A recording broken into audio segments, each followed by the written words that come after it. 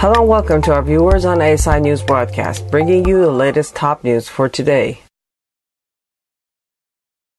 Obama to visit Estonia, talk to Baltic leaders. Obama will visit Estonia early next month. Russia and Ukraine will be on the agenda. In light of recent developments in Ukraine, the United States has taken steps to reassure allies in Central and Eastern Europe, said Caitlin Hayden, spokesperson for the National Security Council. Hayden said the Estonia trip is, quote, a chance to reaffirm our ironclad commitment to Article 5 as the foundation of NATO, end quote, which requires mutual defense among members. Officials in Estonia and Baltic nations have expressed concern about Russian support for separatists in Ukraine, saying they could be targeted by Moscow in the future. During his visit, Obama will meet with the presidents of all three Baltic states, Latvia and Lithuania, as well as Estonia. They will discuss ongoing cooperation on regional security and policies that support economic growth and to discuss collective defense, Hayden said.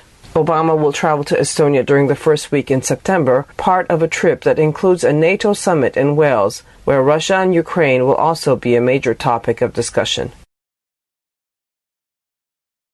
Ferguson police identify officer in Michael Brown shooting.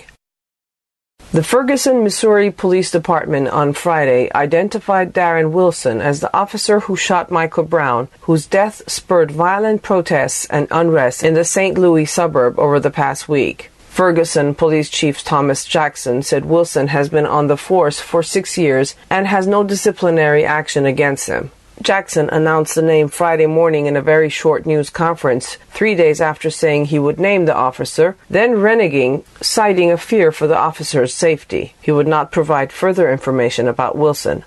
Jackson also gave bare-bones details about a strong-arm robbery at a local convenience store that took place moments before Wilson shot Brown, but he did not say if Brown was a suspect in the robbery. He released dispatch records and video surveillance of the robbery as well. Brown was unarmed when the officer killed him. Witnesses in the area said Brown had raised his hands to surrender when he was shot. Police have not confirmed that information. The announcement comes after Twitter suspended an account Thursday linked to a loose-knit hacktivist group that released the name of a police officer it said shot and killed Brown on Saturday night.